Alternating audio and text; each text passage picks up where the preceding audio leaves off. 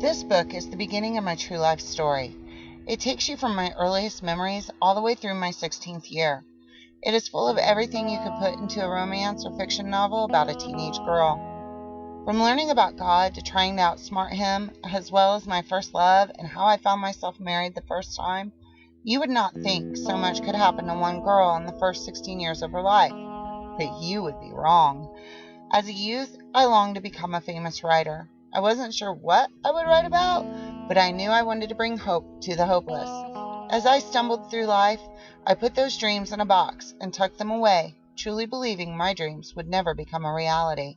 On my 41st birthday, I had the carpet pulled out from under me. God used that event to kickstart my journey back in time.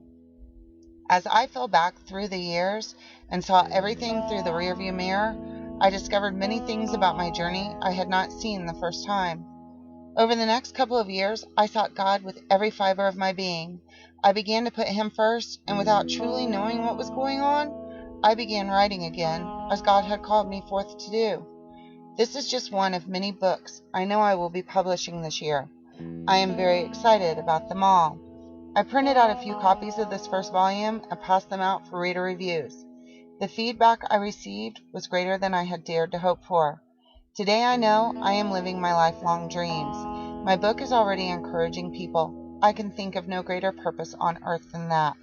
It is pretty rewarding to witness God using all the pretty and the ugly alike in my story to reveal his glory and the love he has for all of his children. I pray you find my story uplifting. I pray it fills you with hope. If it does, follow me into Volume 2. Marriage, Motherhood, and My Moral Meltdown. Thank you for each and every purchase.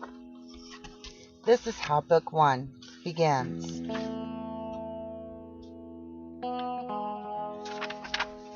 My name is Wendy Glidden. I have been pregnant 12 times in my life. 9 of those babies I personally raised myself. One of them I gave up for adoption. The one prior to her and the one after her, I chose not to have at all. That decision, along with a few more, allowed me to believe that I was not worthy of God's love. My life has been eventful to say the least, and God has called me to become what he told me I would be as a child, a mom of many. A mom, I have come to learn, is simply someone who nurtures, not necessarily someone who gives birth to a human being.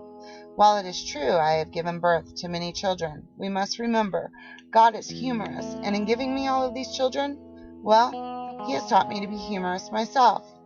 I really am unsure of how to start this book and how to proceed with the ministry he has put in my heart, and I am relying on the Holy Spirit to lead me. I have always believed in honesty, yet I have lived hiding my biggest sins in the closet. I make you this promise, my friend. By doing that, I allowed the evil one to keep me from my work. It was just this year that I captured the negative thoughts that the evil one has been whispering to me daily. Among them were phrases such as, I am not worthy. I am not qualified to lead. Who would listen to me? I am a joke. I am a murderer. Now, I have been growing the last few years spiritually by leaps and bounds. Even with God calling me so loudly to do his work, in my head this is what I was subconsciously hearing. That is not what God has to say about his children. I am a child of God. I was told so 30 years ago by an angel. Even with that, I allowed the evil one to get in my way, and even worse, for me to remain there. Follow me to read the rest of the story.